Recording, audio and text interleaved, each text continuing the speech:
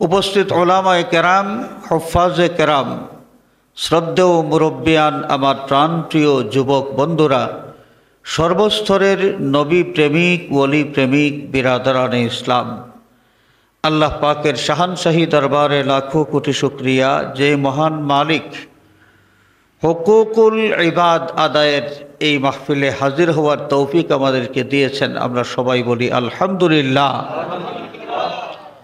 আমরা পৃথিবীতে জন্মগ্রহণ করার পর জীবনের একটা সময় থাকে, যে সময়ের কোনো আমল কোনো হিসাবের মধ্যে পড়ে না, মানুষের কাছেও নয়, আল্লাহর কাছেও নয়। অর্থাৎ যখন কোনো মানুষ নাবালেগ বয়সে থাকেন, কোনো মানুষকে যদি কোনো কষ্ট দেন, একটা ছোট্ট বাচ্চা 4-5 বছর বয়স, 6 বছর বয়স, ঢিল ছুটতেছে, তার ছোড়া একটা ঢিল কোনো মানুষের গায়ে পড়লে ওই মানুষটা যখন ব্যথা পান, ব্যথা পাইলেও কারো কাছে নালিশ করেন না। মনে করেন বাচ্চা মানুষ বুঝে নাই, বাচ্চা মানুষ বুঝে নাই। কিন্তু 18-19 বছর বয়সের একটা ছেলে যদি ঢিল ছোড়ে এবং তার ঢিল কোনো মানুষের গায়ে লাগলে ওই মানুষটা ব্যথা পাওয়ার পর, এখানে কিন্তু ওই 18-19 বছরের ছেলের ঢিল ছোড়াটা একটা হিসাবের মধ্যে পড়ে যায়। তার বিরুদ্ধে নালিশ হয়, তার বিরুদ্ধে অ্যাকশন নেন তার মুরব্বীরা। হাজিরিনে কেরাম, আমাদের এই যে বয়সে আমাদের যে কোনো আমল কোনো হিসাবের মধ্যে পড়ে না, আল্লাহর কাছেও নয়, বন্দার কাছেও নয়, এই বয়সটা শেষ হয়ে যাওয়ার পর একটা বয়সে আমরা উপনীত হই, তখন আমাদের প্রতিটি কথাবার্তা, প্রতিটি আমল, প্রত্যেকটা বিষয় হিসাবের ভিতরে চলে আসে। মানুষও এই বিষয়গুলো বিচার বিশ্লেষণ করতে থাকেন এবং আল্লাহ রাব্বুল আলামিনের পক্ষ থেকেও এই ব্যাপারে বিচারের একটা বিষয় চলে আসে। যেই বয়সটা আসার সাথে সাথে শরীয়তের ভাষায় যেটাকে বলা হয় মুকাল্লাফ, শরীয়তের মুকাল্লাফ, শরীয়তের মুকাল্লাফ হয়ে যাওয়ার পরে প্রতিটি মানুষের উপর কিছু হক বর্তায়। এই হক দুই প্রকার, হুকুকুল্লাহ এবং হুকুকুল ইবাদ, আল্লাহর হক, বান্দার হক। এই হুকুকুল ইবাদের মধ্যে এই হুকুকুল ইবাদ, এই বিষয়টা অত্যন্ত গুরুত্বপূর্ণ। কারণ হুকুকুল্লাহর বিষয়ে কোনো অপরাধ যদি কোনো মানুষ করে, তো আল্লাহ রাব্বুল আলামিন হয়তো মেহেরবানি করে তাকে মাফ করে দিতে পারেন, আশা করা যায়। কিন্তু হুকুকুল ইবাদ সম্পর্কিত কোনো বিষয়ে কোনো মানুষ যদি কোনো অপরাধ করে, তাহলে ওই মানুষ যতক্ষণ পর্যন্ত মাফ করে দেবে না, ততক্ষণ আল্লাহ রাব্বুল আলামিনও মাফ করে দেবেন না। তো হুকুকুল ইবাদ বা বন্দার হক, বন্দার হকের মধ্যে মা বাবার হক, প্রতিবেশীর হক, আত্মীয় স্বজনের হক, ব্যবসায়ী হলে কাস্টমারের হক, কাস্টমার হইলে ব্যবসায়ীর হক, বিভিন্নভাবে এক মানুষের উপর আরেক মানুষের হক বর্তায়। আর মানুষের মধ্যে একদল মানুষ, এক শ্রেণীর মানুষ এমন আছেন যারা এমন একটা জগতের বাসিন্দা হয়ে যান, যেই জগতে যাওয়ার পরে তাদের দুঃখ, কষ্ট, ব্যথা, এগুলো কোনো কিছুই কোনো মানুষকে জানানোর কোনো সুযোগ থাকে না। এই অসহায় মানুষ তারাই হলেন যারা কবরের বাসিন্দা হয়ে গেছেন। যারা কি কবরের বাসিন্দা হয়ে গেছেন। কবরে যাওয়ার পরে ওই মানুষগুলো, কবরের মাইয়িত কি করেন, রাসূলুল্লাহ সাল্লাল্লাহু আলাইহি ওয়াসাল্লাম হাদিস শরীফের মাধ্যমে জানিয়ে দিয়েছেন যে পানিতে ডুবন্ত একজন মানুষ ডুবে মারা যাবে, এই অবস্থায়ও যখন পৌঁছে যায়, তখনও সে বিচলিত হয়ে এদিক সেদিক তাকায়। কোনো কিছু যদি পায়, কোনো বস্তু যদি পায়, তাহলে ওটা ধরে তার প্রাণ রক্ষা যেন করতে পারে। পানিতে ডুবন্ত একজন মানুষ যেভাবে তার প্রাণ রক্ষার জন্য কোনো বস্তুর অপেক্ষমান থাকে বিচলিতভাবে, ঠিক তেমনিভাবে কবরের মাইয়িত জিন্দাদের পক্ষ থেকে হাদিয়া পাওয়ার জন্য এইভাবে অপেক্ষমান থাকেন। রাসূলুল্লাহ সাল্লাল্লাহু আলাইহি ওয়াসাল্লাম যখন এই হাদিস শরীফ বয়ান ফরমাইলেন, সাহাবায়ে কেরাম তাদের মনের মধ্যে প্রশ্ন দেখা দিল যে আমরা জিন্দা মানুষ একজন আরেকজনকে হাদিয়া দিতে পারি, কাপড় চোপড়, টাকা পয়সা, যে কোনো একটা বস্তু হাদিয়া দেওয়ার একটা সুযোগ থাকে। কিন্তু যারা কবরের বাসিন্দা হয়ে যান, যারা কবরবাসী হয়ে যান তাদেরকে আমরা কিভাবে হাদিয়া দিব এবং কি হাদিয়া দেব? রাসূলুল্লাহ সাল্লাল্লাহু আলাইহি ওয়াসাল্লামের খেদমতে তারা এই বিষয়ে জানতে চাইলেন। আল্লাহর নবী সাল্লাল্লাহু আলাইহি ওয়াসাল্লাম জবাব দিলেন যে মাইয়িতের জন্য জিন্দা ব্যক্তিদের পক্ষ থেকে হাদিয়া হচ্ছে সওয়াব। জিন্দা ব্যক্তিরা যে কোনো নেক আমল করবে এবং এই আমলের সওয়াবটা যখন কবরের মাইয়িতকে দান করবে, এই সওয়াবটাই হলো মাইয়িতের জন্য জিন্দার পক্ষ থেকে হাদিয়া। আল্লাহর নবী সাল্লাল্লাহু আলাইহি ওয়াসাল্লাম ইরশাদ ফরমান, জিন্দাদের পক্ষ থেকে সামান্য পরিমাণ সওয়াবও যদি কবরের মাইয়িতকে হাদিয়া করা হয়, তাহলে ওই মাইয়িত এত বেশি খুশি হয়ে যান, দুনিয়াতে থাকা অবস্থায় গোটা পৃথিবী তাকে দান করলেও এত বেশি খুশি হইতেন না। আমরা কি বুঝলাম? আমাদের মুর্দেগান কিন্তু আমাদের হাতের দিকে চেয়ে আছেন, আমরা তাদেরকে কিছু দেব। আর কি দেব? একটা মাত্রই উপায় আছে, কিছু সওয়াব তাদেরকে হাদিয়া করব।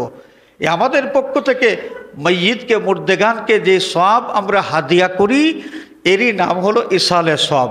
তো আজকের এই মাহফিলটা হচ্ছে ইসালে সওয়াব মাহফিল। প্রথমত মুর্শিদুল মুর্শিদিন আল্লামা ফুলতলি সাহেব কিবলা রহমাতুল্লাহি আলাইহির ইসালে সওয়াব, এর পাশাপাশি এলাকার মুর্দেগানের ইসালে সওয়াব।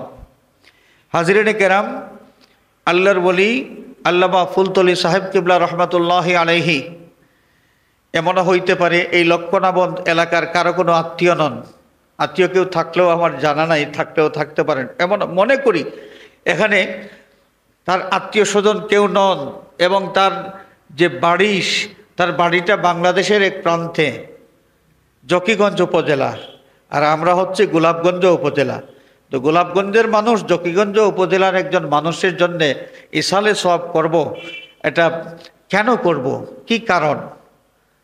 এই কারণ যেটা আমরা অনেকেই এটা বুঝতে পারি যে আল্লাহর ওলি সারাটা জীবন আমাদের কল্যাণের জন্য মেহনত করেছেন, আমরা যেন শান্তির জীবন যাপন করতে পারি এবং আখিরাতের অনন্তকালীন শান্তির জীবন লাভ করতে পারি। আল্লাহর ওলি এই ব্যাপারে দিক নির্দেশনা দিয়ে সারাটা জীবন তিনি অতিবাহিত করেছেন। গ্রাম থেকে গ্রামে, শহর থেকে শহরে, জেলা থেকে জেলায়, দেশ থেকে দেশে তিনি সফর করেছেন, অক্লান্ত পরিশ্রম করেছেন। এর পাশাপাশি তিনি আমাদের জন্য দোয়াও করেছেন। আমরা যারা সাহেব কিবলার মাহফিলে বসেছি, আমরা সবাই সাক্ষী আছি, যখন তিনি দোয়া করতেন আল্লাহ রাব্বুল আলামিনের দরবারে, দোয়া করার সময় নিজের জিসমানি আওলাদের কথা পরে বলতেন, আগে বলতেন রুহানি আওলাদের কথা, যে আল্লাহ আমার রুহানি জিসমানি আওলাদকে তোমার হাওয়ালা করে যাচ্ছি। অথবা কখনো দোয়া করতেন যে আল্লাহ আমার রুহানি জিসমানি আওলাদের দুনিয়া আখেরাত রৌশন করে দাও, এভাবে দোয়া করতেন। তো রুহানি আওলাদের কথা কিন্তু আল্লাহর কাছে প্রথমেই তিনি বলতেন। আল্লাহর ওলি সারাটা জীবন আমাদের জন্য দোয়া করেছেন, শুধু মাহফিলের মধ্যে নয়, একা একা বসে যখন তিনি দোয়া করতেন। আমি নালায়েক বেশ কিছুদিন সুযোগ হয়েছে আল্লাহর ওলি যখন একা একা বসে দোয়া করতেন, সেই মুহূর্তে তার সামনে থাকার, তার খেদমতে থাকার সুযোগ আমি অধমের হয়েছে। আমি তখনও দেখেছি যখন একা একা দোয়া করতেছেন, আল্লাহর কাছে এইভাবে দোয়া করতেন যে আল্লাহ আমার রুহানি জিসমানি আওলাদের দুনিয়া আখেরাত রৌশন করে দাও। আল্লাহর যে ওলি সারাটা জীবন আমাদের জন্য মেহনত করে গেলেন, আমাদের জন্য আল্লাহর দরবারে এত বেশি চোখের পানি ছেড়ে গেলেন, তার কাছে আমরা ঋণী। সেই ঋণ পরিশোধ করার মতো ক্ষমতা আমাদের নাই, চেষ্টা করা মাত্র। সেই প্রচেষ্টা হিসাবে ইসালে সওয়াব, আমরা কিছু সওয়াব তাকে হাদিয়া করব।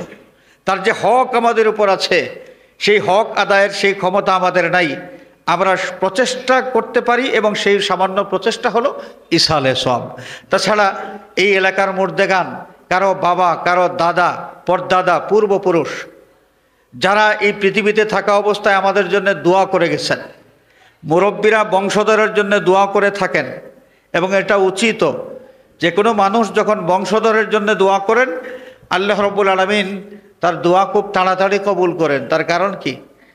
অনুপস্থিত মানুষের জন্য যে দোয়া করা হয়, হাদিস শরীফের মধ্যে এসেছে, রাসূলুল্লাহ সাল্লাল্লাহু আলাইহি ওয়াসাল্লাম ইরশাদ ফরমান, অনুপস্থিত মানুষের জন্য যারা দোয়া করেন, আল্লাহ রাব্বুল আলামিন একজন ফেরেশতা ওই লোকের দোয়ার মধ্যে শামিল করে দেন।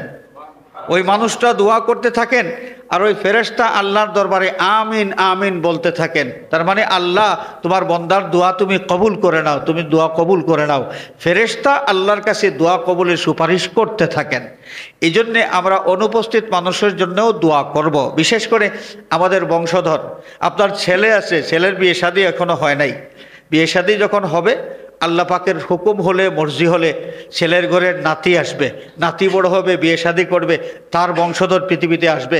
এইভাবে বংশধর আসতেই থাকবে। কিন্তু এরা এখনও আসে নাই।